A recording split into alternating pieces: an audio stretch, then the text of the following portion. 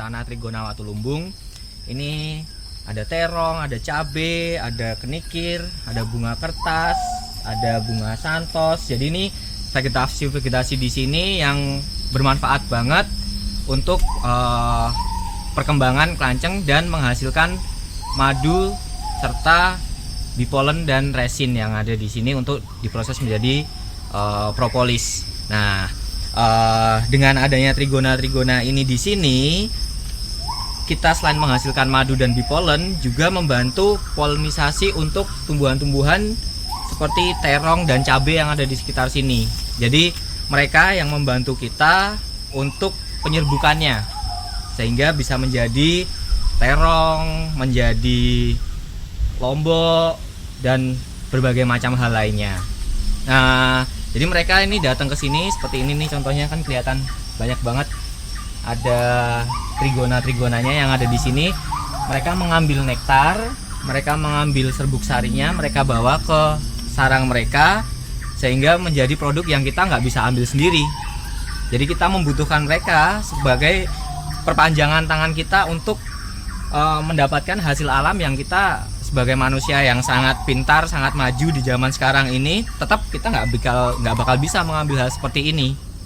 Nah, inilah cara Istana Trigona Watulumbung ini untuk bersinergi dengan alam, terutama di kondisi pandemi seperti ini.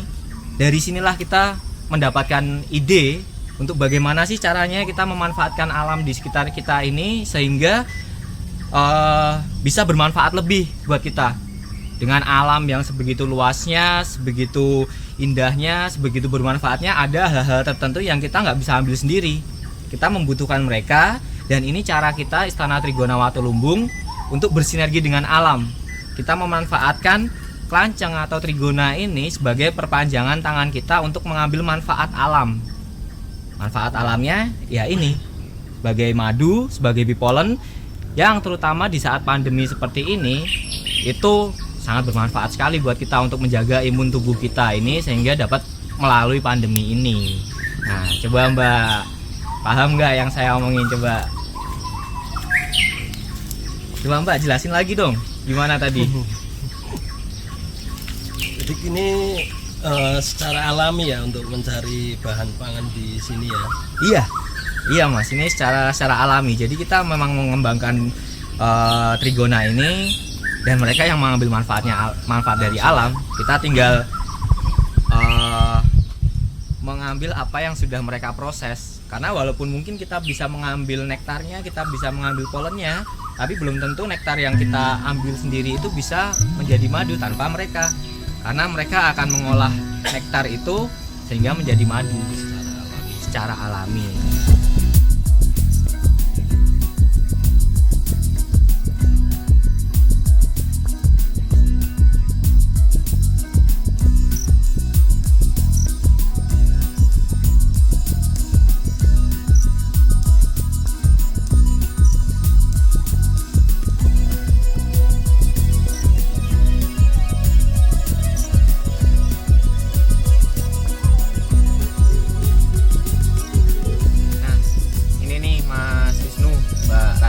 Ini contohnya lebah trigona kita sedang mengambil manfaat dari bunga santos. Ini namanya bunga santos.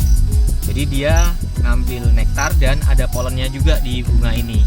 Kalau ketika mereka ngambil nektar, itu mereka akan simpan di dalam perutnya, lalu nanti di sarangnya akan dikeluarin lagi.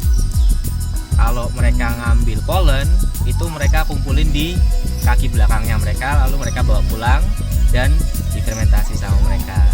Mbak Rati jelasin lagi.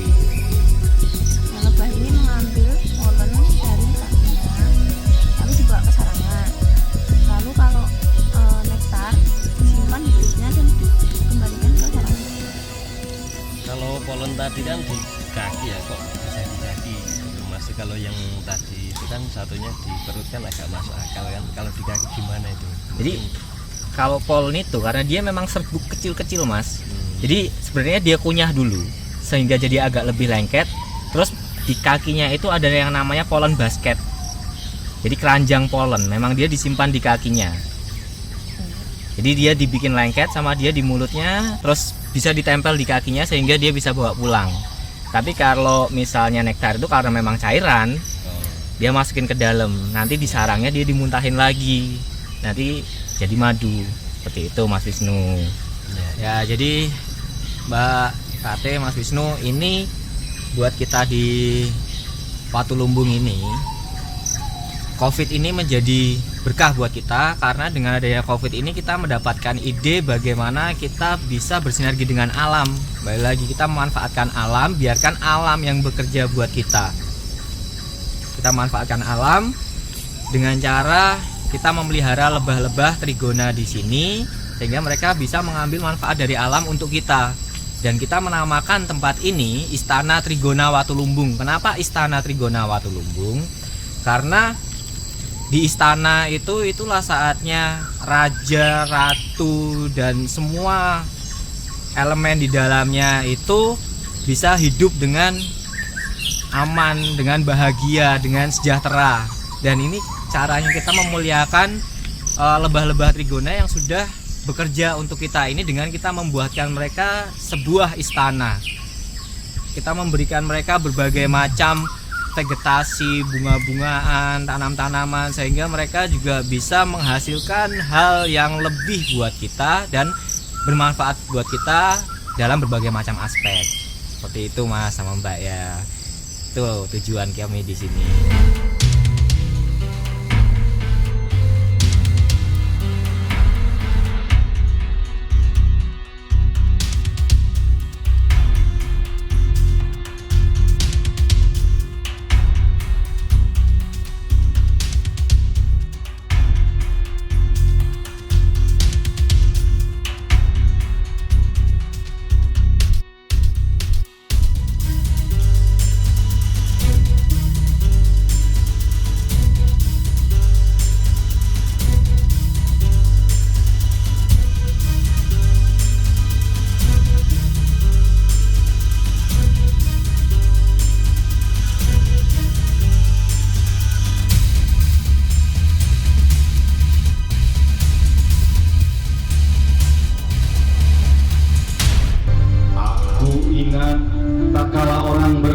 Merdeka, ada darah, bambu runcing dan ikat kepala merah putih, ada duka dan bayi yang digendong bermandi air mata ibunya, riak peluh dan gemetar gigi, semangat yang melaju tanpa lelah, dipaksa untuk meraih kata merdeka. Bersulur benang emas, semangat kejayaan negeri ini. Sekarang aku melihat orang berteriak merdeka dengan spanduk congkak, menghina dan mengumpat, melepas nalar bahkan logika, berpeluh riuh ambisi, mengoyak harmoni dengan sembunyi di balik baju kemunafikan. Benang emas, semangat menuju kejayaan tak lagi terlihat. Yang ada adalah semangat berebut, bagai anjing yang lapar akan kekuasaan. Si miskin digunakan sebagai tameng, bagai bidak catur. Si kaya bersembunyi di balik jubah sambil bermain game brother in arms. Inikah kata merdeka yang dilukan para pejuang dulu? Saudaraku semua, mereka yang mengangkat bambu runcing itu telah menjadi tanah dan terkubur bersama darah semangatnya. Mereka tak minta apa-apa dari kita, mereka tak menuntut apa-apa dari kita, mereka tak memaksa apa-apa dari kita. Tetapi setidaknya kitalah yang seyogyanya menghargainya. Merdeka itu tetap santun, merdeka itu tetap menjaga hati, merdeka itu tetap menjaga semangat, mewujudkan Indonesia harmoni dalam menjaga hati. Terima kasih.